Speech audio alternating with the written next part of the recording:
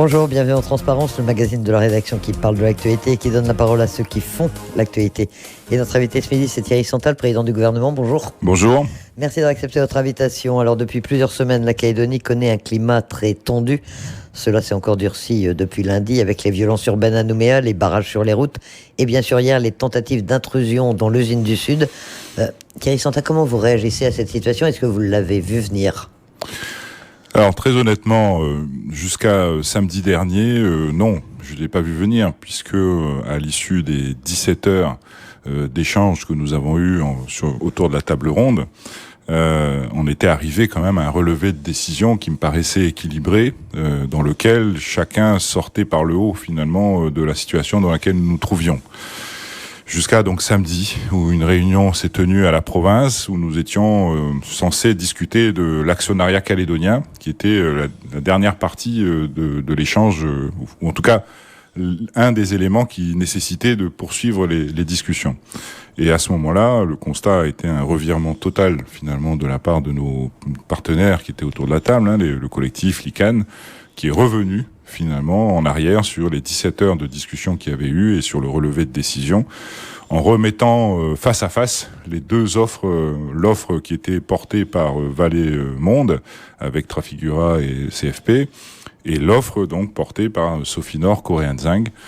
On était revenu totalement en arrière par rapport à toutes ces heures de discussion. Donc à partir de ce moment-là, effectivement, les tensions ou le discours a été plus dur et forcément n'a pas pu se poursuivre sur la base de ces éléments. Ça vient de quoi? C'est difficile à dire évidemment, mais il y a de l'incompréhension, il y a de la mauvaise foi, il y a une volonté d'en découdre. Comment est-ce que vous interprétez ce revirement effectivement qu'on a vu en quelques heures? Franchement, je crois que, alors, ils nous ont expliqué qu'il y avait une mauvaise interprétation de notre part du relevé de décision, que certains étaient intervenus dans les médias et sur les réseaux trop rapidement et donc portaient cette mauvaise interprétation. Pour être très honnête, moi j'ai bien compris ce que j'ai entendu pendant les 17 heures de discussion et j'ai bien compris qu'il y avait cette volonté commune de poursuivre la démarche qui était engagée par Vallée avec Trafigura CFP, tout en envisageant une ouverture vers Korean Zinc, soit directement au sein de l'actionnariat à proprement parler, soit indirectement en réfléchissant à un affinage supérieur des minerais, avec donc dans ce cadre l'éventualité que Korean Zinc participe à cet affinage complémentaire. Donc les choses étaient vraiment très très claires à mon sens. Donc je pense qu'il y a eu peut-être des difficultés ensuite d'explication à leurs partenaires ou à leur base après cette discussion de la table ronde et qu'ils se sont retrouvés donc avec la nécessité de revenir sur les engagements qui avaient été pris. Alors depuis lundi, effectivement, la situation est tendue. Je parlais des violences urbaines avec un déchaînement de violence à Nouméa lundi. Depuis, le Mont d'Or est toujours très handicapé, très bloqué. Il y a des barrages sur les routes. Est-ce que vous êtes inquiet? Certains parlent déjà du spectre des événements des années 80. Est-ce qu'on y est? Est-ce qu'on est dans un tel contexte ou est-ce que c'est excessif? Je pense pas qu'on y soit. Par contre, je suis un peu inquiet parce que je sens qu'on en prend la tendance, qu'on en prend le chemin. Si on n'arrive pas à trouver les voies et moyens que chacun reprenne ses responsabilités et fasse en sorte qu'on se retrouve autour de la table pour discuter de la situation politique dans laquelle nous nous trouvons, et que les choses continuent à s'envenimer sur le terrain comme ça commence à être le cas aujourd'hui, effectivement, les choses peuvent aller plus loin. Et je répète, la volonté qui est la mienne est de tout faire pour maintenir le dialogue politique. Je crois que ce sujet est devenu maintenant très politique et c'est pas par la violence qu'on impose à l'autre sa volonté politique. C'est ma conviction. Et il faut, au contraire, avoir la responsabilité de confronter ces idées politiques autour d'une table, dans une discussion, dans un échange, dans une négociation, dans la recherche d'un compromis. Un compromis, ça veut dire ce que ça veut dire. Ça veut dire que chacun doit faire un pas vers l'autre pour essayer de trouver une solution qui soit acceptable par tous. Et je le répète, c'est pas par la violence qu'on impose finalement son idée politique. Ça peut pas fonctionner comme ça. ou sinon on prend le risque véritablement de retourner aux événements que, hélas, la Calédonie a connus à la fin des années 80. Et là, ça devient une irresponsabilité totale politique. On parle de morts, on parle de blessés, on parle de sang, on parle de familles qui se sont déchirées. Si c'est ça que certains de mes collègues ont en tête, clairement, ils me trouveront face à eux parce que je n'accepterai jamais cette voie pour la Calédonie. Le sujet est effectivement éminemment politique désormais. Hier matin, l'ICAN et le FLNKS rencontraient la presse et ils ont dit clairement que maintenant c'est le FLNKS qui prenait la main dans la mobilisation et dans les actions. Ça veut dire qu'effectivement aujourd'hui c'est un parti politique, un groupement de partis politiques qui mène des actions ou qui incite à ces actions.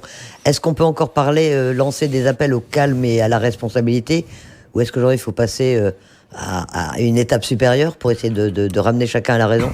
Je viens de le dire, la violence ne résoudra rien. Vous savez, pas plus tard qu'hier, c'était la journée la journée internationale des droits de l'homme.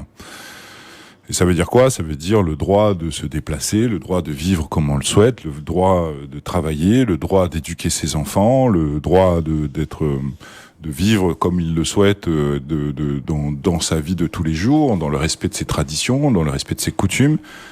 C'est le droit de vivre en liberté. Et hélas, je constate aujourd'hui que la Calédonie vit plus sur la peur de chacun justement de perdre cette liberté, ces libertés qui sont les siennes. De deux côtés, quand je m'exprime, je m'adresse autant aux loyalistes qu'aux indépendantistes. Chacun a peur, soit de plus pouvoir travailler, soit de perdre sa terre ou la terre de ses ancêtres. Je crois que tout le monde a peur de ne pas pouvoir être soigné normalement. Tout le monde a peur de ne pas pouvoir éduquer ses enfants normalement. Tout le monde a peur de ne pas être reconnu sur sa terre ici en Nouvelle-Calédonie. Je crois qu'il faut qu'on soit capable de dépasser nos peurs tous et qu'on montre, en tout cas que la majorité de la population calédonienne montre cette volonté d'aller chercher un compromis où chacun pourra sortir en expliquant à ses bases, à ces gens, que l'équilibre qui a été trouvé est un équilibre acceptable par tous.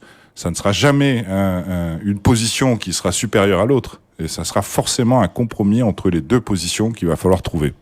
Alors hier, c'est l'usine du Sud qui a focalisé l'attention. Il y a eu des tentatives d'intrusion à l'intérieur du site industriel. Les gendarmes ont même dû faire usage de leurs armes. On en est où ce matin? Là, c'est vraiment une escalade. Est-ce que l'attention est un peu retombée? Ce sont les forces de l'ordre qui ont le contrôle de l'usine, Les forces de l'ordre ont repris le contrôle de l'usine, ce qui a permis à des employés de revenir sur place, puisque compte tenu des événements d'hier, il y a eu une évacuation rapide de l'usine, compte tenu des risques industriels que ça représentait. Et donc les procédures de mise sous cloche de l'usine ont été faites dans l'urgence. Là, aujourd'hui, quelques employés ont pu retourner sur place pour pouvoir mettre en œuvre les procédures plus pertinentes de mise en sommeil de l'usine pour éviter les risques industriels correspondants. Pour être très précis pour les auditeurs, il y a un risque en particulier, puisque vous le savez, j'ai mis en place la cellule de crise du plan particulier d'intervention depuis hier. Et donc il y a vraiment un risque industriel important qui est lui dangereux, qui est la fuite de gaz d'acide de l'usine de production d'acide. Ces gaz sont aujourd'hui enfermés dans la tuyauterie de l'usine. L'usine elle-même a été stoppée. Mais par contre, il y a une quantité de gaz assez importante qui est encore enfermée dans la tuyauterie et qui nécessite d'être purgée. Et c'est ce travail-là que les ouvriers sont en train de mener pendant les 2 jours à venir pour permettre d'éviter ce risque industriel. Pourquoi? Parce que si une fuite apparaît sur une des canalisations de l'usine, c'est un nuage toxique qui s'en échappe. Et là, il y a un vrai risque létal pour les populations et surtout les personnes tout autour de l'événement.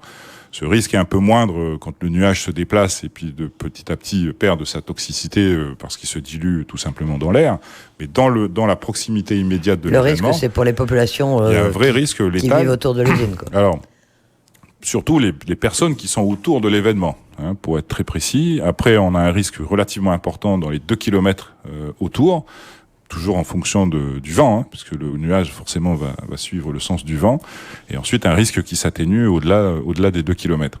Mais c'est un risque, encore une fois, qui est létal. C'est-à-dire qu'on peut avoir des morts si cet événement se produit, si on a des personnes autour, des manifestants autour, voire des gendarmes, même si les gendarmes ont des protocoles pour se mettre à l'abri, que je ne peux pas accepter et qu'on doit anticiper. Et la direction de la sécurité civile est faite pour ça, entre autres, hein, d'anticiper ce genre d'événements industriels pour pouvoir mettre en œuvre les moyens d'intervention les plus rapides au cas où l'événement se produit, pour pouvoir éviter donc le maximum les conséquences de ce genre d'événement. Et je vous parle pas des conséquences au niveau environnemental, hein, bien sûr, derrière, parce que ça a aussi des conséquences sur la nature autour, sur la faune, sur la flore autour. Voilà, c'est tout ça qu'il faut prendre en considération. On va pas effrayer les gens. A priori, toutes les dispositions ont été prises pour que ce type d'accident industriel ne survienne pas, malgré les intrusions dans l'usine, même malgré la mise sous cloche de l'usine. Au moment où on se parle, les forces de l'ordre ont repris le contrôle complet des installations industrielles. Les bâtiments qui ont pris feu hier étaient des bâtiments administratifs, donc ils n'ont pas touché aux installations industrielles.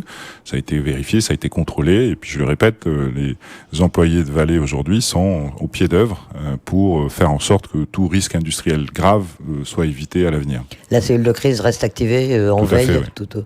La mise sous cloche de l'usine, ça a tout de même aussi un problème. Enfin, ça crée aussi un problème d'abord pour les emplois et puis pour le redémarrage. Donc c'est vraiment un handicap très fort pour l'usine du Sud.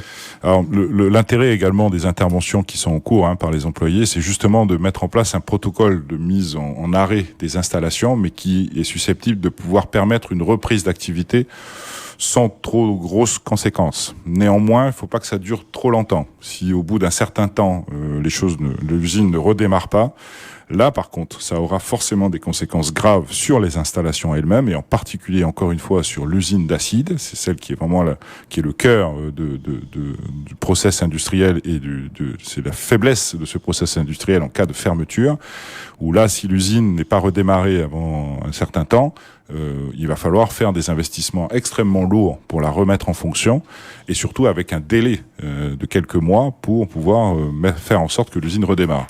Vous connaissez la situation aujourd'hui de l'usine, avec une transaction qui est en cours. Vous imaginez bien que ce genre de dépenses supplémentaires et de délais supplémentaires peut avoir des conséquences sur les transactions qui sont en cours. On viendra sur les transactions, mais je voudrais rester un moment encore sur le terrain. On a parlé du Mont d'Or, il y a Païta, il y a Bourail. Est-ce qu'aujourd'hui vous craignez une escalade sur le terrain avec les face-à-face que l'on a vus entre les barrages contre d'autres barrages, loyalistes contre membres de l'ICAN? Qu'est-ce que vous dites à ceux qui ont choisi de se mettre face à ceux qui voulaient bloquer les routes pour dire nous aussi on est là? Alors, autant je peux comprendre l'exaspération, c'est le moins qu'on puisse dire, ou le ras-le-bol de la population calédonienne qui subit maintenant depuis plusieurs jours toute cette violence, ces blocages, cet empêchement donc de travailler, de vivre encore une fois normalement. Autant je comprends leur volonté du coup de montrer qu'ils sont aussi présents et qu'ils ne veulent pas laisser faire finalement ce genre d'exaction. Autant je leur dis à tous que c'est le rôle des forces de l'ordre de gérer ce genre de blocage. C'est certainement pas le rôle de la population. On en parlait tout à l'heure. Si on veut éviter de retourner dans des événements que la Calédonie a connus, graves que la Calédonie a connus, c'est pas forcément en mettant les gens face à face qu'on y arrivera.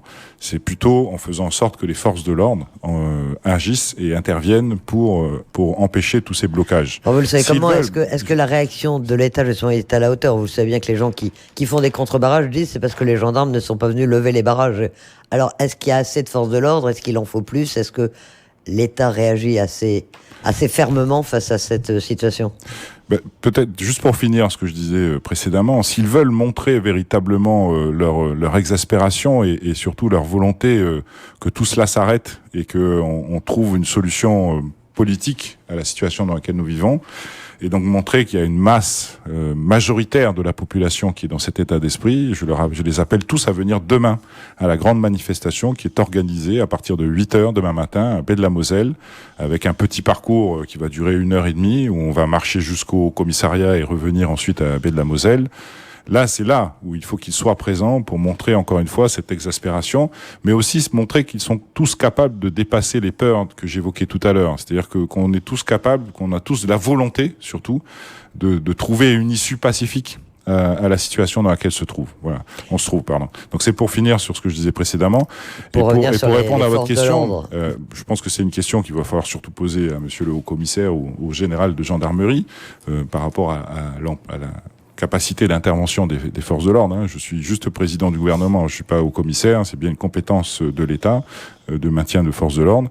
Moi, ce que je constate, c'est que dans les moments les plus graves, les forces de l'ordre sont intervenues, ont permis d'éviter justement que les choses dégénèrent, même si j'entends, bien sûr, parfaitement le discours de ceux qui considèrent que à certains endroits, il n'y a pas eu d'intervention des forces de l'ordre et qu'ils auraient souhaité que ce soit le cas. À chaque fois que ça a été nécessaire, ça a été le cas. Quand il y a eu des violences, les forces de l'ordre sont intervenues. Quand il y a eu des regroupements statiques, les forces de l'ordre ne sont effectivement pas intervenues. Et je pense que c'est une façon de faire qui me paraît pertinente de la part de l'État. Aujourd'hui, ce que je sais, c'est qu'il y a un certain nombre d'effectifs supplémentaires qui sont sur le terrain. Vous le savez, ça fait un peu la polémique. Il y a eu des gendarmes qui étaient en quatorzaine et qui sont sortis donc ce matin de leur quatorzaine, au bout de leurs 14 jours, et que donc ça permet de disposer d'effectifs supplémentaires, monsieur le commissaire et monsieur le général, pour pouvoir déployer un peu plus encore la capacité d'intervention des forces de l'ordre. On connaît votre investissement dans la lutte contre l'introduction de la Covid en Nouvelle-Calédonie. Vous avez donc décidé, conjointement avec le haut-commissaire, d'adapter le protocole sanitaire pour l'arrivée des gendarmes. C'est une décision qui a été difficile à prendre ou elle s'imposait étant donné la situation ?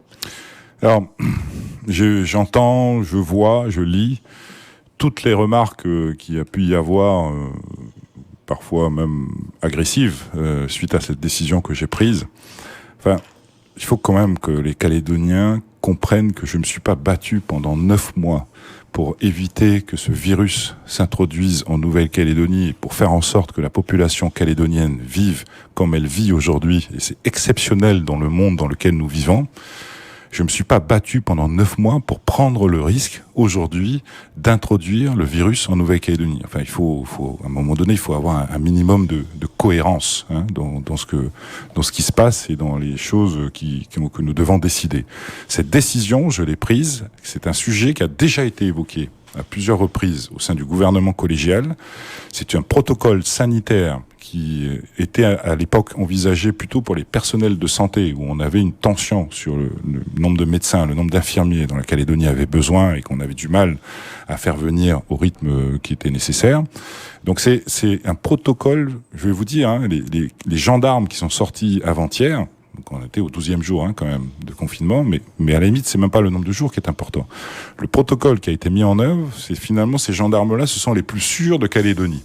C'est-à-dire ce sont les gendarmes qui aujourd'hui sont immunisés, qui ont été contaminés il y a quelques semaines, quelques mois, et qui ont développé des anticorps, c'est pour ça qu'on parle d'immunité naturelle, qui ont développé des anticorps qui prouvent leur immunisation au virus.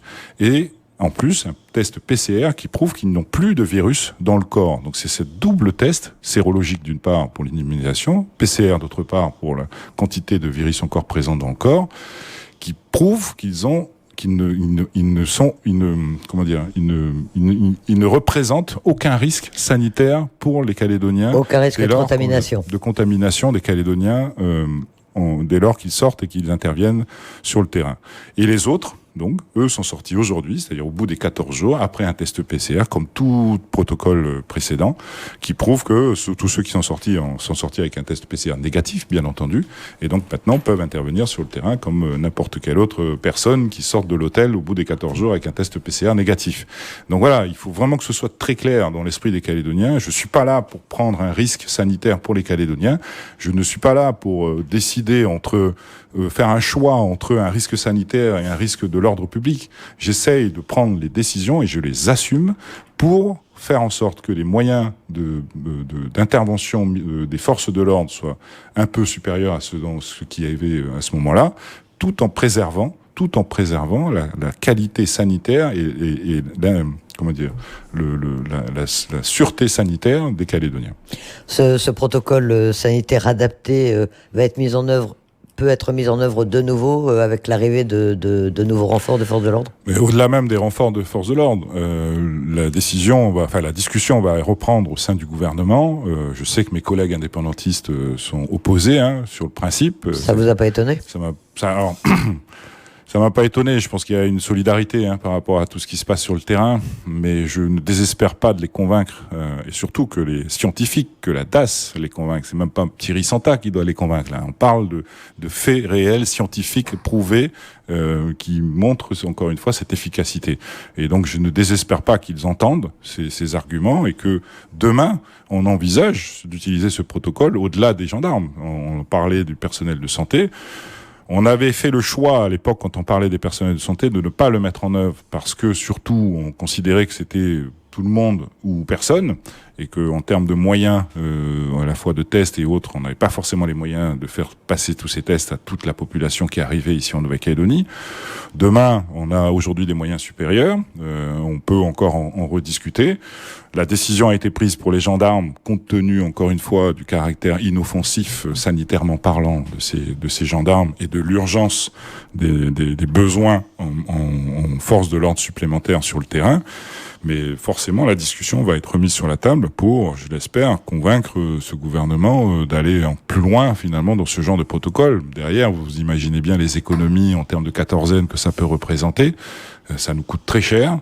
La Calédonie aujourd'hui n'a pas besoin de supporter des dépenses qui ne sont pas nécessaires et on doit aller chercher toutes les économies dont on a besoin. Tout cela dans le respect permanent de maintien de la sécurité sanitaire des Calédoniens. Pour en revenir à Vale et au rachat de Valencia, on en parlait au tout début de cet entretien. Mercredi, Vale a annoncé la signature de l'accord avec le consortium Premier Resources. C'est une bonne nouvelle. Ça permet de débloquer la situation ou au contraire, ça l'aggrave en créant tout ce qu'on a vu sur le terrain? Vous savez, pendant ces 17 heures d'échange autour de la table ronde, moi, j'ai compris, avec toutes les auditions que nous avons eues, que ce soit à la banque Rothschild, que ce soit donc Sofinor, Coréen Zinc, que ce soit Vale, Trafigura, qu'il n'y avait, au moment où on en parlait, qu'une seule offre valable, qui était retenue donc par Vale Monde, considérée comme étant respectueuse des objectifs fixés par Vale Monde au moment de l'appel à candidature qui a été lancé en fin d'année 2019, et que c'était pour des raisons purement factuelles que la banque Rothschild n'avait pas retenu les propositions de Sofinor, Coréen Zinc. Donc, le fait que Vale ait signé maintenant avec Trafigura CFP, je considère que c'est une bonne chose, puisque je pense que c'est aujourd'hui la seule offre qui garantisse les 3000 emplois de l'usine du Sud. En tant que président du gouvernement, je peux pas entendre que de responsables politiques me disent que ils sont prêts à mettre cette usine sous cloche et donc à faire en sorte que 3000 familles se retrouvent au chômage à la veille des fêtes de Noël quand même, et de pas pouvoir justement fêter ces fêtes dans les meilleures conditions, mais au-delà de ça, se retrouver dans des conditions sociales difficiles pour des raisons politiques, quoi. C'est inimaginable. Enfin, en tout cas, pour moi, c'est inimaginable. Et je vous parle pas des conséquences en termes budgétaires, en termes de comptes sociaux, en termes de économiques, tout simplement. Les 3000 emplois dont on parle, c'est 15 milliards de salaires versés par an, et donc de consommation de produits calédoniens, et donc d'impact sur les entreprises calédoniennes, et donc de cercle vicieux économique que ça va engendrer. C'est 4 milliards de cotisations sociales à la CAFAT, quand on sait qu'aujourd'hui la CAFAT a un trou de 15 milliards. Est-ce qu'on a encore les moyens de supporter 4 milliards de plus? Enfin, il faut être responsable dans ce pays. Il faut que les gens comprennent que les politiques que nous sommes, à un moment donné, ils peuvent pas tenir ce genre de discours s'ils sont responsables de la population qui les ont élus, quoi. Il faut vraiment, j'arrive pas à entendre, j'arrive pas à comprendre qu'on puisse tenir ce genre de discours. Alors cette semaine, le Premier ministre et le ministre des Outre-mer ont eu l'occasion de dire, l'un à l'Assemblée nationale, l'autre au Sénat, qu'il n'y avait qu'une seule offre et que le gouvernement central la soutenait. Cet appui de l'État, ça peut être déterminant. Il joue son rôle pour aider la Calédonie à sortir de cette impasse? Ce que je sais, c'est que le ministre des Outre-mer, et on en a encore parlé hier soir, à l'occasion de notre rencontre pour le groupe Le Prédour, et a les mêmes convictions que moi. C'est-à-dire la seule chose qui l'intéresse, il est attaché à personne. Moi, je suis pas attaché à Trafigura, je suis pas attaché à Glencore, je suis pas attaché à qui que ce soit, ni à Sophie Nord, ni à Vallée, enfin... Il a un seul objectif, c'est le même que le mien. C'est-à-dire que tout ce qui n'est pas négociable, c'est perdre 3000 emplois en Calédonie. Et là, on parle de Vallée, parce qu'on va peut-être parler aussi de la SLN, parce que tout ça, ça a des répercussions sur la SLN. Et on arrive à la même situation aujourd'hui à la SLN que ce qu'on vit, la tension qu'on vit sur Vallée, avec le risque de fermeture d'une deuxième usine. Enfin, je sais, c'est quand même pas possible d'agir de cette façon-là, quoi. Donc je sais qu'il a le même objectif que moi sur ce sujet, c'est-à-dire tout faire pour préserver les 3000 emplois de l'usine. Et encore une fois, il n'est pas attaché à qui que ce soit. Sauf qu'aujourd'hui, la seule offre qui dit clairement qu'elle est capable de faire fonctionner cette usine et de maintenir les emplois correspondants avec toutes les garanties environnementales qui vont avec, parce que ça aussi, c'est des arguments qu'on entend. Mais quand on sait tout ce qui s'est dit pendant ces 17 heures, encore une fois, de table ronde en matière de garanties environnementales, que ce soit pour le barrage ou que ce soit pour la faune et la flore qui est autour de l'usine, tout est fait pour améliorer ces garanties environnementales dont l'offre qui est aujourd'hui sur la table. Donc, pour toutes ces raisons-là, pour quelles raisons on prendrait le risque de fermer cette usine, comme le demande aujourd'hui le collectif et un certain nombre de responsables du FLNKS, en ayant l'espoir que peut-être une autre proposition un plan B. apporterait les mêmes garanties à la fois sociales, économiques, environnementales. On en a une qui apporte déjà ces garanties. Pourquoi prenons-nous la responsabilité du risque de la fermer pour envisager éventuellement une autre porte de sortie? C'est pas logique tout ça. Enfin, c'est pas rationnel. On n'est plus dans la rationalité. Alors comment on fait pour fonctionner quand on n'est plus dans la rationalité, quand on peut plus discuter de manière cohérente? Si on bascule dans l'irrationalité, c'est pas possible, quoi. Comment on fait pour sortir de cette situation? On a l'impression quand même d'une impasse avec une impossibilité de discuter, d'ouvrir le dialogue. On en sort comment? Par l'État, grâce à l'État, en recherchant un consensus, en recherchant un chemin, des interlocuteurs pour dialoguer. Comment est-ce que vous voyez l'évolution des choses aujourd'hui? C'est forcément l'État qui pourra, à un moment donné, remettre tout le monde autour de la table. Donc, clairement, hier soir, les membres indépendantistes ne sont pas venus au groupe Le Prédour. Ça nous a pas empêché de tenir malgré tout une réunion de 3 heures avec le ministre.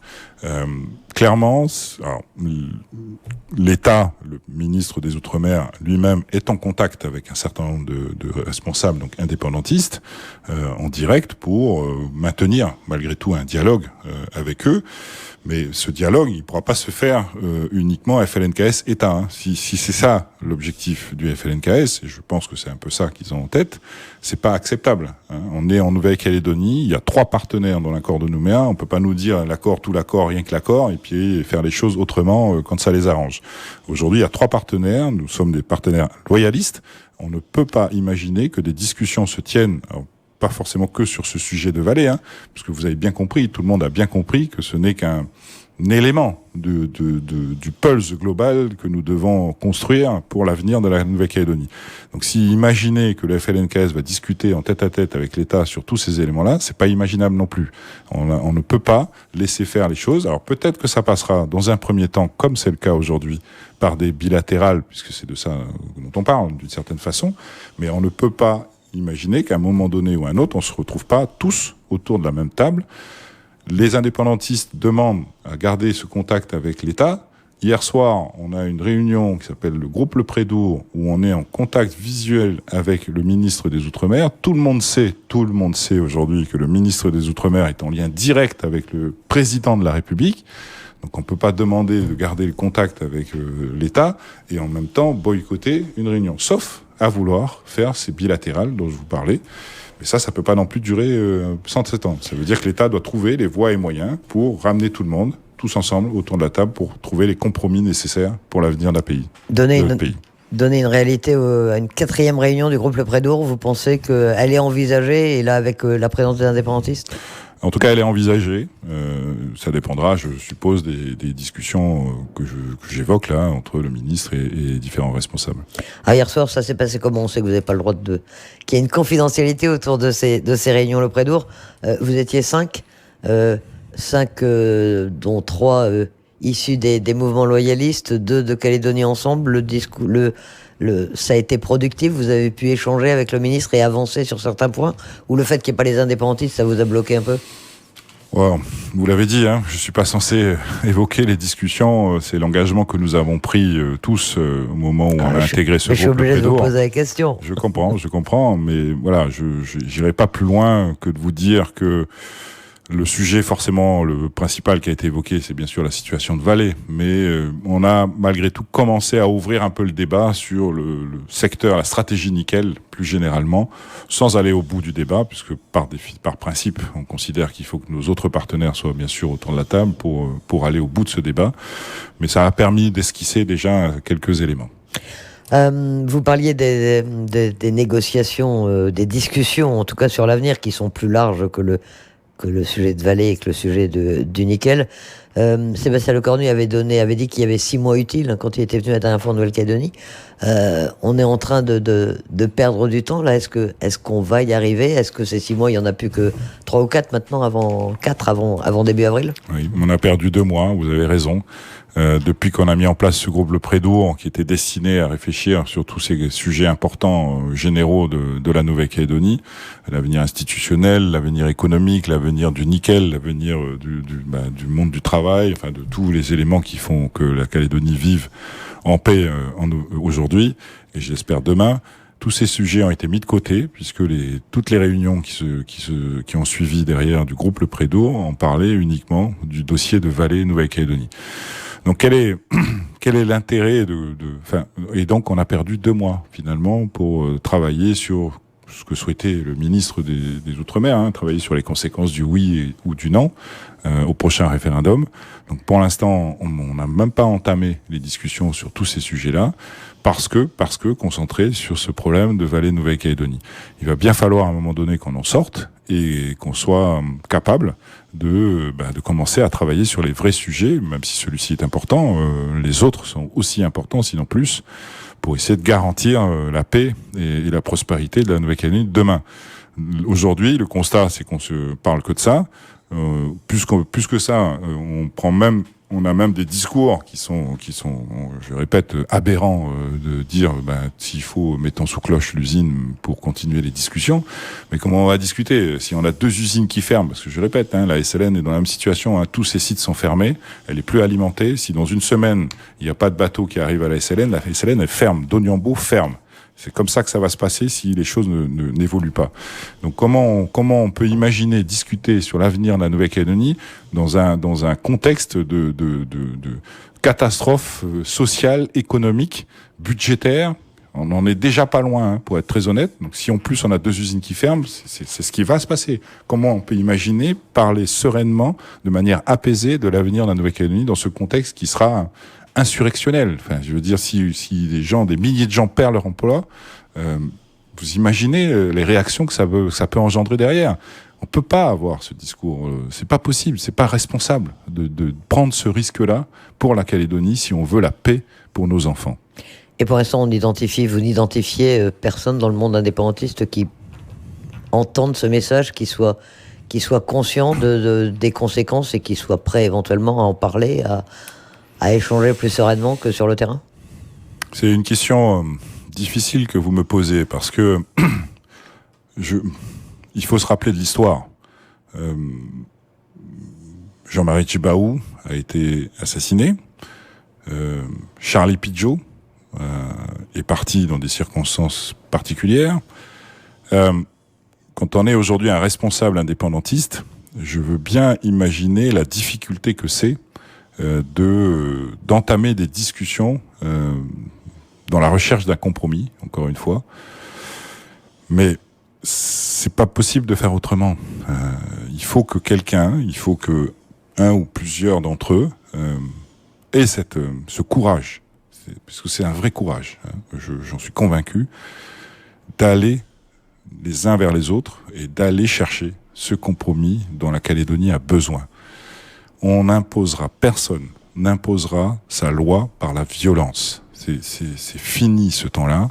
Il faut qu'on ait cette force et cette puissance de caractère pour aller chercher ce compromis dans la Calédonie, dont la population calédonienne a besoin. Je veux bien entendre et comprendre, encore une fois, que c'est difficile de leur côté. Mais je suis convaincu, je l'espère de toutes mes tripes, que l'un d'entre eux ou plusieurs d'entre eux auront ce courage politique et feront en sorte que la Calédonie reste en paix demain. Merci Thierry Santa d'avoir accepté cette invitation. En attendant, vous en disiez un mot tout à l'heure, marche des loyalistes demain, vous allez y participer bien sûr? Bien sûr, et j'appelle tous les Calédoniens, je l'ai dit tout à l'heure, tous ceux qui veulent retrouver leur liberté, quelle que soit leur appartenance communautaire, quelles que soient leurs opinions politiques. C'est pas une marche des loyalistes, c'est vraiment une marche de la population calédonienne, marche pacifique pour montrer que la volonté de la population calédonienne est de trouver une issue apaisée, pacifique, de compromis à toute la situation dans laquelle nous vivons aujourd'hui. Thierry Santa, président du gouvernement de la Nouvelle-Calédonie, merci d'avoir accepté notre invitation dans ce magazine Transparence. Merci à vous.